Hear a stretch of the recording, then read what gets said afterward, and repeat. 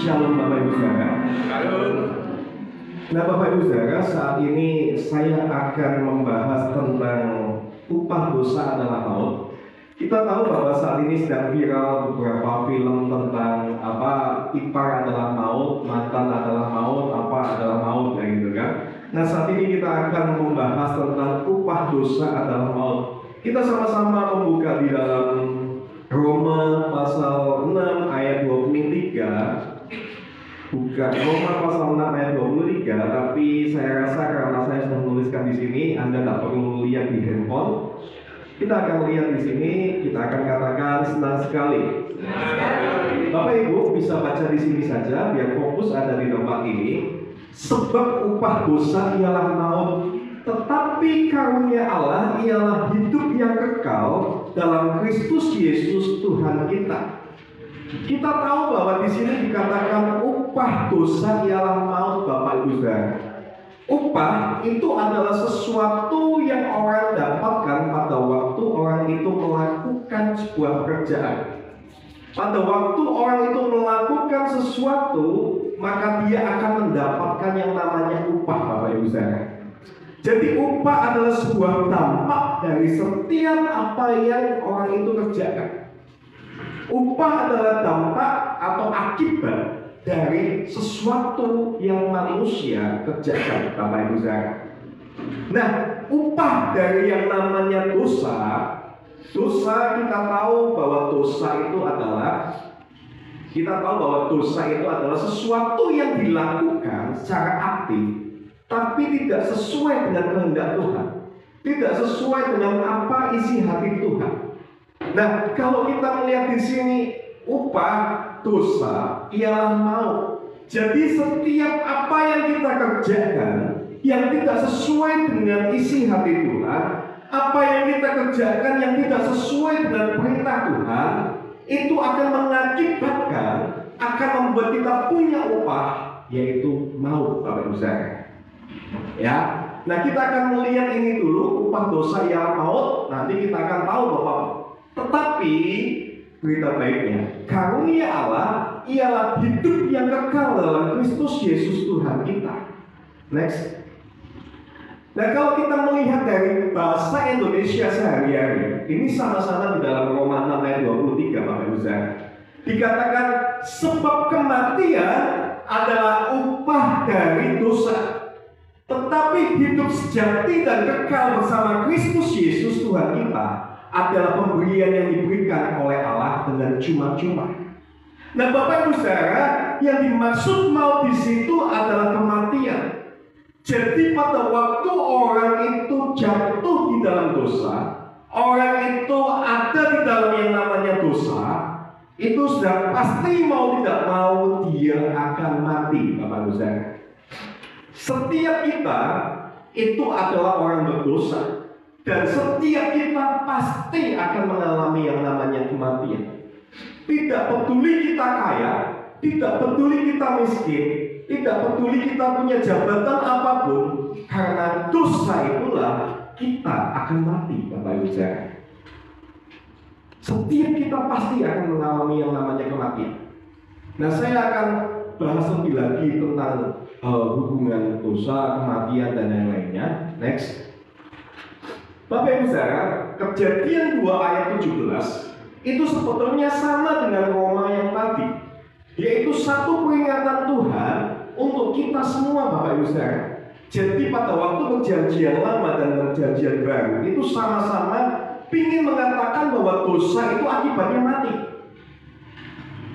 Kejadian 2 ayat 17 mengatakan Yesus, Tuhan waktu itu Allah Bapa mengatakan kepada Adam dan Hawa, tetapi pohon pengetahuan tentang yang baik dan yang jahat itu janganlah kau makan buahnya. Ya, jangan kau makan buahnya. Tapi Adam dan Hawa memakannya, Bapak Ibu Saudara. Makanya upahnya adalah sebab pada hari engkau memakannya, pastilah engkau mati. Pada hari engkau memakannya, pastilah engkau mati. Pertanyaannya, Adam dan Hawa pada waktu setelah makan itu langsung mati atau tidak? Apakah Bapa Tuhan kita itu berbohong. Ternyata waktu makan tidak mati. Nah, terkadang orang-orang yang menafsirkan ternyata kayaknya dampaknya tidak terlalu aneh.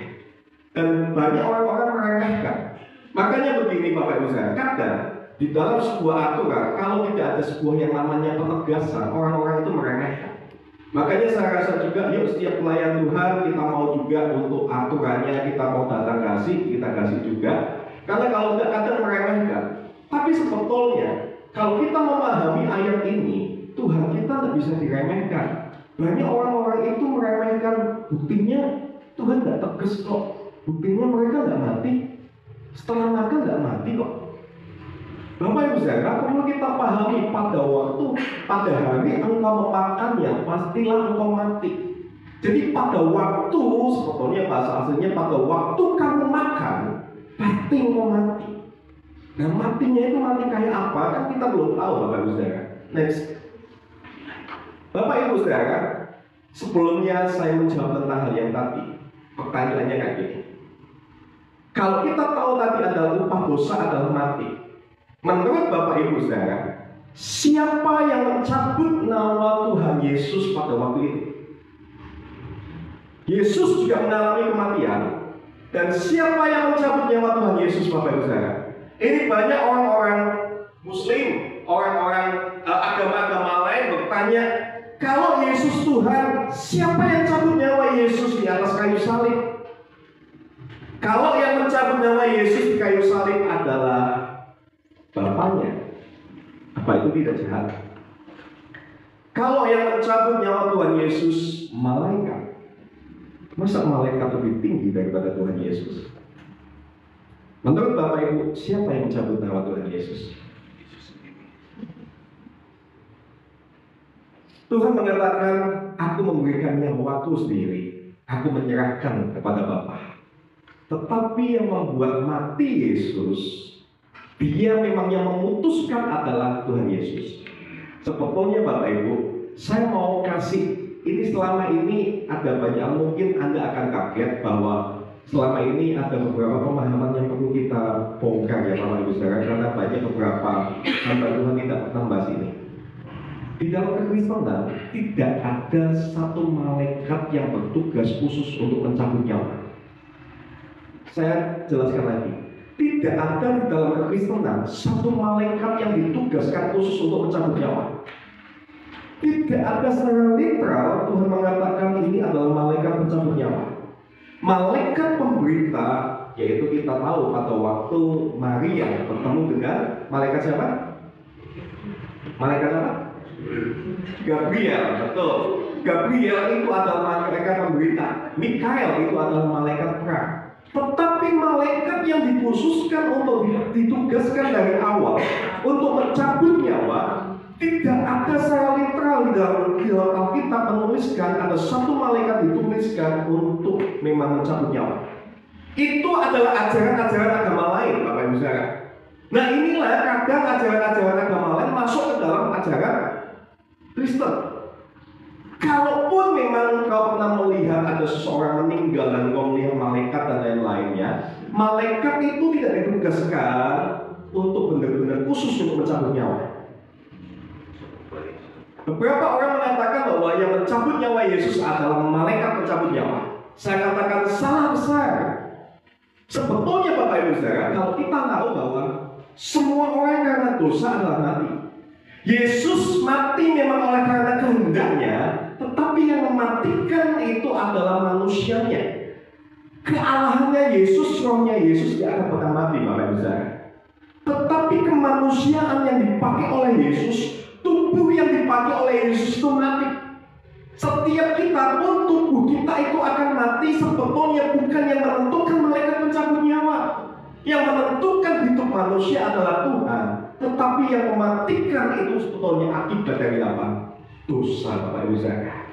Dosalah yang membuat Yesus secara jasmani mati. Pada waktu dia di kayu salib, dia itu menerima, menanggung setiap dosa kita. Dan itulah yang menyebabkan kematian jasmaninya Bapak Ibu saudara. Dosa itu menyebabkan kematian yang namanya jasmani. Kita akan melihat lebih lagi dalam lagi tentang masalah kematian, dosa, dan lain-lain. Next. Bapak Ibu Saudara, Alkitab itu menggambarkan kematian ada 3 bentuk. Yang pertama, mati secara roh, yang ditandai dengan terputusnya hubungan dengan Tuhan. Pada waktu manusia itu mengambil, waktu cuma mengambil ya, masih mengambil buah itu. Saya yakin pada waktu mengambil itu, hubungannya dengan Tuhan itu sudah putus, Bapak Ibu Saudara. Jadi pada waktu itu sudah ada kematian, ada kematian. Kapan kematian rohnya? Pada waktu dia mengambil. Karena pada waktu mengambil itu, egonya yang ingin, aku ingin kayak Allah. Dan pada waktu itu otomatis rohnya itu sudah mati. Kalau kita di tempat ini, Bapak Ibu Saudara, tidak ada keinginan untuk beribadah, tidak ada keinginan untuk yang namanya saat teduh, tidak ada keinginan untuk lebih lagi, itu Anda sedang memadamkan roh dan mematikan roh yang ada, Bapak Ibu Saudara. Pada waktu Adam dan Hawa ngambil itu, sudah mati rohnya, Bapak Ibu Saudara. Jadi siapa bilang Tuhan tidak mematikan langsung? Mati langsung, Bapak Ibu Saudara. Makanya pada waktu dia lihat dengan langkah kaki Tuhan, apa yang terlihat yang kedengaran dari hatinya? Kok Tuhan, aku takut kalau ketemu Tuhan. Padahal zaman dulu hubungannya dia sama Allah Bapa itu berjalan bareng, Bapak Ibu Saudara. Karena rohnya mati, makanya dia ketakutan untuk bertemu dengan Allah. Jadi siapa bilang waktu itu Adam dan Hawa tidak mati secara roh? Bapak Ibu, perhatikan, orang yang mati secara rohnya itu akan terjadi yang namanya kematian secara fisik. Makanya Tuhan ngomong kayak gini, rohku tidak akan selama-lamanya di dalam Alkitab Perjanjian Lama, rohku tidak akan selama-lamanya tinggal di dalam manusia, tetapi umurnya akan 120 tahun saja. Setelah itu semakin lama semakin banyak dosa dan kejahatan, dan akhirnya di dalam kitab Perjanjian Lama juga manusia itu karena semakin jahat, roh pun tidak akan selama-lamanya, paling umurnya 70 sampai 80 tahun. Selebihnya itu adalah karunia Allah. Jadi dosa itu membuat kematian secara fisik setelah itu. Jadi kematian yang dialami adalah kematian roh dulu. Setelah itu mati secara fisik. Seharusnya Adam dan Hawa itu diciptakan, Bapak Ibu Saudara, kekal. Saya sangat percaya bahwa Adam dan Hawa itu diciptakan kekal. Tetapi oleh dosa itu dia mati secara roh dan mengakibatkan fisiknya mati. Dan setelah itu Bapak Ibu Saudara, yang terjadi adalah setelah fisiknya mati, roh atau jiwanya pun itu kalau tidak diselamatkan akan mati secara kekal di dalam yang namanya neraka. Nah, ini yang perlu kita pahami supaya kita mungkin saat ini tahu bahwa ternyata kematian kekal itu jangan sampai terjadi atas hidup kita. Walaupun setiap kita pasti akan mati secara fisik, tapi jangan sampai kematian kekal itu ada dalam hidup kita. Next. Bapak Ibu Saudara, kalau kita melihat kasih sayangnya Tuhan itu kayak apa? Kalau Tuhan langsung waktu itu rohnya sudah mati dan langsung kutuk Adam akan langsung mati beneran ini. Habis langsung dan rohnya pun sudah mati dan lain-lain, semua jiwanya mati, tubuhnya mati dan semuanya mati. Tapi kalau kita lihat, Allah itu tidak langsung mengutuk Adam, Bapak Ibu Saudara. Tuhan itu mengutuk tanah. Dia mau, aku kutuk tanah ini. Setiap apapun yang kamu usahakan, tanah ini akan sulit untuk menghasilkan. Nah, kata tanah, sebetulnya kata Adam itu berasal dari kata tanah. Tanah itu Adamah. Kalau Adam itu dari Adam, dari tanah. Sesuatu yang diambil dari tanah itu adalah Adam. Nah, Bapak Ibu Saudara, Allah itu mengutuk tanah, yaitu bahan media di mana Adam diciptakan. Kita semua diciptakan dari tanah, Bapak Ibu Saudara. Nah, yang dikutuk sama Tuhan itu tidak langsung ke Adam, tetapi tanahnya itu. Tubuh kita itu dari tanah. Fisik kita itu dari tanah, Bapak Ibu Saudara. Nah, oleh karena pengutukan kepada tanah, yaitu agama, itulah tanah itu artinya bahasa aslinya agama. Manusia itu kena dampaknya, Bapak Ibu Saudara. Kutuk kepada tanah membuat raga tubuh Adam itu kena dampak, memang tidak secara langsung waktu itu. Itu sebetulnya menurut saya, pada waktu Tuhan itu nggak langsung kutuknya langsung ke Adam, pada waktu itu ke tanah itu. Walaupun mungkin dampaknya memang ada, tapi tidak langsung ke pribadinya Adam. Saya rasa ini loh, kasih Tuhan itu ada di sini loh, Bapak Ibu Saudara. Tuhan itu masih mengasihi kita loh. Kalau enggak, kita sudah tidak ada, Bapak Ibu Saudara. Karena Adam dan Hawa sudah habis, Tuhan bisa ciptakan manusia yang lainnya. Tapi hebatnya, Tuhan itu karena masih sayang sama kita, Dia tutupnya tanah dulu. Memang walaupun itu tetap punya akibat sama kita. Nah, akibatnya apa saja kita lihat. Yang pertama, Adam dan istrinya menderita sakit tubuh, termasuk sakit melahirkan. Sebetulnya manusia didesain pada waktu melahirkan itu tidak akan mengalami yang namanya kesakitan. Tetapi oleh karena dosa itu mengalami yang namanya kesakitan, Bapak Ibu Saudara. Nah, lalu yang kedua, Adam harus susah payah mencari rezekinya karena tanah itu telah ditutup. Pada zaman dulu, Adam itu cuma kerjaannya memberikan nama dan lain-lain. Yang namanya tanah itu tidak perlu dipupuk, nggak perlu mungkin diolah dan lain-lain. Itu sudah menumbuhkan, dikatakan bumi itu menumbuhkan pohon-pohon dan menghasilkan buah. Itu tanpa yang namanya kita perlu mengolah tanah. Tapi karena kutuk itulah kita susah payah saat ini, Bapak Ibu Saudara. Cari penghasilan, cari apa untuk mengolah tanah dan lain-lain. Itu dosa, Bapak Ibu Saudara. Dan yang ketiga, Adam yang raga tubuhnya jasmani masih berasal dari tanah. Makanya nanti kan, setelah kita percaya sama Tuhan, tubuh kita itu akan diganti dengan tubuh kemuliaan, Bapak Ibu Saudara. Pada akhirnya bisa sakit, mengalami penuaan, dan pada akhirnya mengalami kematian tubuh, Bapak Ibu Saudara. Jadi karena kutuk Tuhan kepada tanah itu akan punya yang namanya dampak atas kita. Sebetulnya apa yang membuat kita saat ini kok manusia menderita, punya sakit penyakit dan lain-lain, itu akibat dosa, Bapak Ibu Saudara. Itu akibat dosa. Dan akibat dosa itu membuat kita itu terhentian sakit dan lain-lain. Dan itu akhirnya endingnya kita akan mati. Dosa yang menjalar itu yang membuat kita itu sakit, Bapak Ibu Saudara. Karena dari dosa nenek moyang ya. Jadi setiap kita pun, jadi gini Bapak Ibu, setiap kita, anak kita yang dilahirkan pun itu tetap mengandung yang namanya dosa. Nah, makanya saya pernah kemarin saya membuat satu konten bahwa Yesus itu lahir suci bukan karena Maria suci. Saya percaya Maria tidak suci. Mungkin orang Katolik akan marah kalau Maria dikatakan Maria tidak suci. Memang Maria salah, tapi Maria tidak suci. Kalau Maria suci, katakan gini, loh, supaya Yesus lahir suci, Maria harus suci, harus cari wanita suci. Kalau memang Yesus harus suci, lalu Maria harus suci, berarti Maria itu juga harus punya papa mama yang suci juga dong. Lalu kalau papa mamanya suci dan harus lahir suci juga, dia harus jadi suci, berarti kakek neneknya Maria juga harus suci juga dong. Lalu atasnya harus suci juga dong, betul enggak? Loh, kalau kayak gitu Adam juga harus suci. Bapak Ibu Saudara, Tuhan mengatakan semua manusia sudah berbuat dosa. Yesus suci dan kudus bukan karena Maria, tapi karena Roh Kudus yang menaungi Yesus. Amin. Saya percaya bahwa Maria bukan suci, saleh dia. Saleh itu dalam artian lebih baik ketimbang yang lainnya. Perbuatannya lebih baik dan lain-lain, tapi dia tetap ada yang namanya dosa di dalam hidupnya Maria.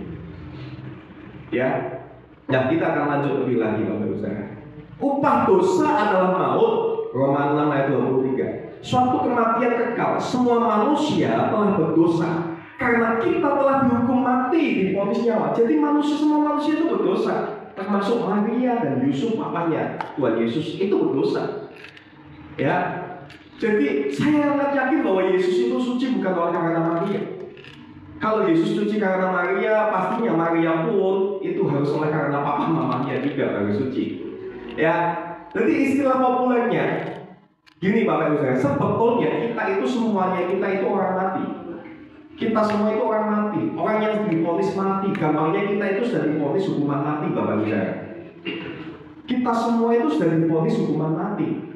Karena kita berdosa, kita pakai tubuh ini, tubuh yang dosa ini, kita semua pasti akan divonis mati. Tinggal kapan nanti kita akan ditembak matinya Bapak Ibu saya. Kita semua itu akan divonis mati. Nah, pertanyaannya gini, istilah populernya, makanya di dalam Alkitab itu ada beberapa kata-kata tentang bahwa kita itu sebetulnya orang mati. Nah, istilah populernya kita semua itu adalah orang mati yang berjalan Bapak Ibu saya. Kita masih jalan, tapi kita itu bakalnya akan mati. Istilah Alkitabnya, engkau dikatakan hidup, padahal engkau mati. Manusia itu dikatakan hidup, padahal manusia itu mati. Di luar Kristus, kita itu cuma menunggu vonis kita mati. Mati secara fisik dan mati secara kekal. Itu tinggal menunggu aja. Nah, Bapak Ibu saudara, kalau kita melihat hubungan antara mati, dosa, dan lain-lain, ada satu kata-kata yang mungkin membingungkan yang kemarin di grupnya F1 atau Pocon itu membahas tentang Matius 8 ayat 22. Orang-orang mati menguburkan orang-orang mati. Waktu itu Tuhan Yesus itu ketemu sama orang-orang, lalu ada orang yang berkata, Tuhan aku mau ikut kamu. Lalu satu orang itu ngomong kayak gini, anak manusia tidak punya tempat untuk meletakkan kepala. Lalu orang itu tidak jadi, tapi lalu ada orang juga ngomong lagi, Tuhan aku mau ikut kamu, tapi biarkan aku menguburkan bapakku dulu. Bapak Ibu saudara, jawaban Tuhan Yesus apa? Orang-orang mati biarkan menguburkan orang-orang mati. Ini kan aneh. Orang mati mau menguburkan orang mati. Ini sebetulnya kata sindiran Tuhan Yesus dan seringkali terjadi di situ. Orang-orang mati itu maksudnya adalah orang yang mati rohaninya akan menguburkan orang-orang mati. Maksudnya, waktu itu kan murid itu kan diajak Tuhan Yesus untuk ikut aku, yuk kita beritakan kabar baik. Ikut aku, beritakan yang namanya kabar baik untuk keselamatan manusia. Tuhan, aku mau ikut kamu, tapi biarkan aku menguburkan papaku dulu. Tuhan ngasih ngomong gini, biarlah orang-orang mati menguburkan orang mati, tapi kamu ikutlah aku beritakan kerajaan. Maksudnya kayak gini Bapak Ibu saudara, ada banyak orang-orang saat ini yang mati rohaninya, mikirnya cuma nanti kalau aku mati kuburanku gimana? Kalau aku mati, nanti siapa yang nguburin aku? Kalau aku mati, aku gimana? Itu artinya dalam Bapak Ibu. Anda bisa cek di Google dimanapun. Artinya adalah orang-orang yang mati rohaninya memikirkan perkara kematiannya. Harusnya yang dipikirkan adalah bagaimana aku lolos dari yang namanya kematian, bagaimana aku bisa hidup kekal Bapak Ibu saudara. Jadi kita harus pikirkan, besok kalau aku mati bukan dikuburkan di mana. Besok aku percaya apa yang harus aku lakukan dan lolos dari kematian ini, supaya aku tidak mati secara yang kedua. Kita memikirkan cuma mati yang kita secara fisiknya, tapi kita tidak pikirkan setelah kita mati fisik itu, kita tidak bisa nolong kita lagi loh Bapak Ibu saudara.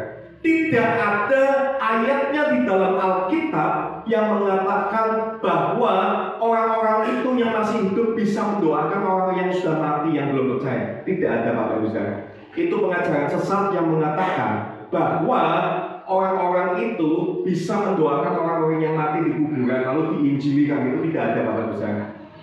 Tidak ada ayatnya yang seperti itu. Makanya pada waktu Lazarus dengan orang yang kaya itu kan sudah mati, sudah tidak akan bisa orang yang kaya itu tolong dong kasih tahu keluargaku untuk bisa mendoakan aku, tidak bisa. Sudah langsung ada di dalam kekalan Bapak Ibu saudara. Jadi yang harus kita pikirkan bukan kematian fisiknya.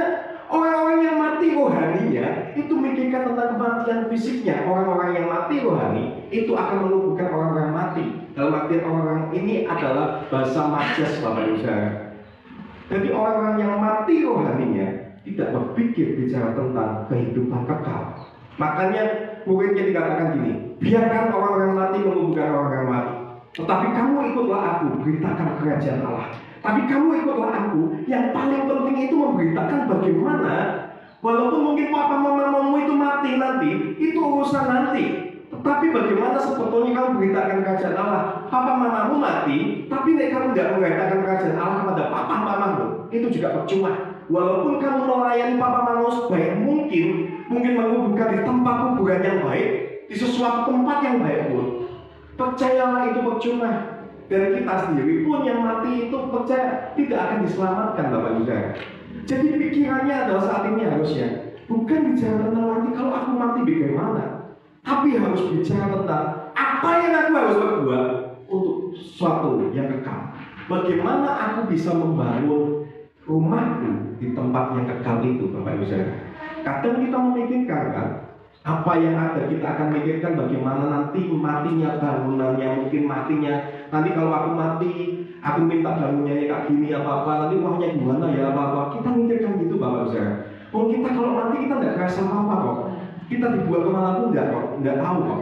Tapi yang harus kita pikirkan adalah bagaimana kita bangun yang namanya rumah di kerajaan sana, Bapak Ibu Saudara. Amin. Makanya kalau kita tahu bahwa Tuhan itu ngomong bahwa kita itu kebanyakan punya yang namanya kematian roh. Orang yang mati rohnya itu kayak gini, dia akan seperti orang mati berjalan dan memikirkan sesuatu yang mati aja. Tetapi sebetulnya yang harus kita lakukan adalah beritakan kerajaan Allah. Kehidupan itu yang harus kita pikirkan, kehidupan selanjutnya, Bapak Ibu saya. Amin. Next. Nah, bagaimana kita bisa mendapatkan kehidupan selanjutnya, Bapak Ibu saya? Bagaimana kita bisa lolos dari yang namanya kematian yang kekal itu? Kita pasti percaya kematian secara fisik kita tidak pernah mungkin bisa lolos.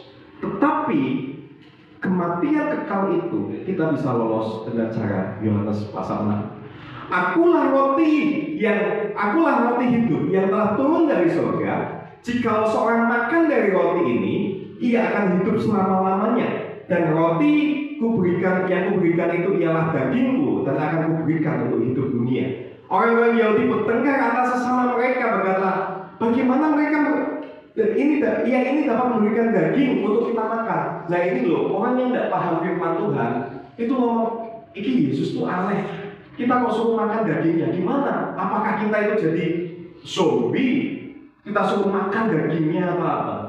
Bapak Ibu, Yesus itu seringkali ngomongnya itu tentang perumpamaan. Yesus itu seringkali bicara itu tentang sesuatu yang menggambarkan hal-hal yang lain, Bapak Ibu Saudara. Makanya tadi saya sudah jelaskan kan, orang mati menguburkan orang mati itu satu yang harus kita pikirkan supaya kita itu berpikir, Bapak Ibu. Sebagai umat Tuhan kita itu berpikir, kita tidak cuma sekedar ngikut Tuhan, tapi kita berpikir. Makanya ayat 52 ini orang-orang itu sampai bertengkar memperdebatkan masalah dagingnya Tuhan itu gimana makannya. Ayat 53. Maka kata Yesus kepadanya mereka, aku berkata kepadamu, sesungguhnya jikalau kamu tidak makan daging anak manusia dan minum darahnya. Ini memang lucu ya Bapak Ibu Saudara. Nah orang-orang yang tidak paham tentang ini pasti akan mikir juga. Kemarin waktu kita pelayanan di lapas, ketemu sama ketua lapas, dia bukan orang Kristen. Lalu ada teman yang pelayanan di sana, dia ngomong mau izin membawa anggur dan roti. Dia ngomong kalau roti boleh, kalau anggur tidak boleh. Nanti anggur mereka pada mabuk gitu kan. Pak bukan, ini darah, ini tuh anggur yang melambangkan darah. Loh kalian kok makan darah? Nah inilah yang mereka tidak pahami Bapak Ibu Saudara. Nah barang siapa makan dagingku dan minum darahku, ia mempunyai hidup yang kekal dan akan membangkitkan pada akhir zaman. Bapak Ibu Saudara, kita tahu bahwa Adam dan Hawa jatuh lewat apa? Adam dan Hawa jatuh lewat makanan. Dan Tuhan Yesus memulihkan yang Adam dan Hawa jatuh lewat makanan. Dan oleh karena makanan dia berdosa dan mati. Dan Tuhan menghidupkan kita lewat makanan juga Bapak Ibu Saudara. Lewat apa? Makan dan minum. daging dan darahnya. Saya sudah jelaskan 1 bulan yang lalu, yaitu angka 490 di dalam yang namanya makanan roti itu punya alfabet di dalam Keyahudian. 490 artinya adalah pengampunan. Pada waktu kita mengambil yang namanya perjamuan sakramen, perjamuan kudus, kita itu mengambil yang namanya pengampunan Tuhan atas hidup kita. Waktu kita makan tubuh dan darahnya, itu bicara tentang kita makan pengampunannya. Amin. Next. Bapak Ibu Saudara, makanya kita tahu bahwa Adam dan Hawa jatuh dalam makanan, tetapi Tuhan menghidupkan kita lewat makanan juga. Dan waktu makan itu, Bapak Ibu Saudara, waktu kita makan itu sebagai simbolnya. Waktu kita makan itu simbolnya kita itu mempunyai iman, percaya dan yakin kepada Tuhan. Kita itu punya iman sama Tuhan, percaya sama Tuhan dan yakin sama Tuhan. Nah Bapak Ibu Saudara, saya ulangi lagi, istilah iman, percaya dan yakin dalam Alkitab itu mengandung komponen-komponen sebagai berikut. Ya, pertama, percaya dan menerima bahwa sesuatu itu benar. Percaya dan menerima bahwa Yesus Sang Firman itu benar. Apa yang dikatakan Yesus Sang Firman itu benar. Ya, semua orang cuma menganggap bahwa kita bisa hidup kekal kalau kita percaya Yesus saja. Tapi kata percaya itu mengandung 4 hal ini, Bapak Ibu Saudara. Kalau kita cuma percaya Yesus itu benar dan apa yang dikatakan benar, iblis pun percaya. Tapi setelah itu kita juga harus mengandalkan dan mempercayakan diri sama Tuhan. Kita mengandalkan Tuhan. Kita kalau saat ini seringkali kita tahu bahwa Tuhan ngomong, kita percaya kan kalau Tuhan itu bicara, kuduskanlah hari Sabat dan semuanya berkat akan aku berikan sama kamu. Saya ulang lagi, tidak masalah Bapak Ibu, ini kebenaran. Anda mau mengatakan apapun, ini kebenaran. Masalahnya, gampangnya, aku percaya Yesus. Apa Tuhan ngomong, kuduskanlah hari Sabat. Lalu kita tidak mau kuduskan, Bapak Ibu. Itu namanya kita tidak mempercayakan diri. Kita percayanya sama mamon. Karena kita mikir, waduh, dia percaya Yesus, tapi kok kayak gitu ya? Kalau Anda percaya Yesus, ya percayakan hidup Anda sama Yesus, Bapak Ibu Saudara. Kasih sabar itu sama Tuhan. Mengandalkan Tuhan dan mempercayakan diri. Kata percaya itu tidak cuma 1 poin, percaya, dari mulut percaya, Bapak Ibu Saudara. Iblis pun bisa ngomong kayak gitu. Berarti kita kayak iblis, Bapak Ibu Saudara. Kalau kita cuma percaya kayak gitu aja. Tapi kita mengandalkan mempercayakan diri, setia sama Tuhan. Kalau orang percaya sama Tuhan tapi endingnya dia tidak setia, dia murtad, sudah pasti dia tidak akan dapat hidup kekal, Bapak Ibu Saudara. Kasih karunia itu tidak akan dia dapatkan. Lalu taat, Bapak Ibu Saudara. Saya percaya bahwa iman itu akan mati tanpa perbuatan. Makanya Tuhan katakan bahwa kalau kamu punya iman, kamu juga harus punya perbuatan. Kalau kamu percaya Yesus, kamu juga berbuat dong. Kalau percaya Yesus itu benar, Yesus itu jalan satu-satunya, apa yang dikatakan Yesus dalam firman-Nya, lakukan itu. Mengasihi, memberikan hidup untuk Tuhan dan lain-lain, beribadah dan semuanya. Kasih itu sama Tuhan, taati. Kalau kita percaya dan taat sama Tuhan, saya rasa kita seperti iblis. Karena iblis percaya Yesus Tuhan dan percaya Yesus itu dalam kebenaran, tapi dia tidak mau taat sama Tuhan. Amin. Bapak Ibu, mari kita mulai sadar bahwa kita butuh yang namanya iman percaya keempat hal ini. Dan kita itu akan diselamatkan. Amin.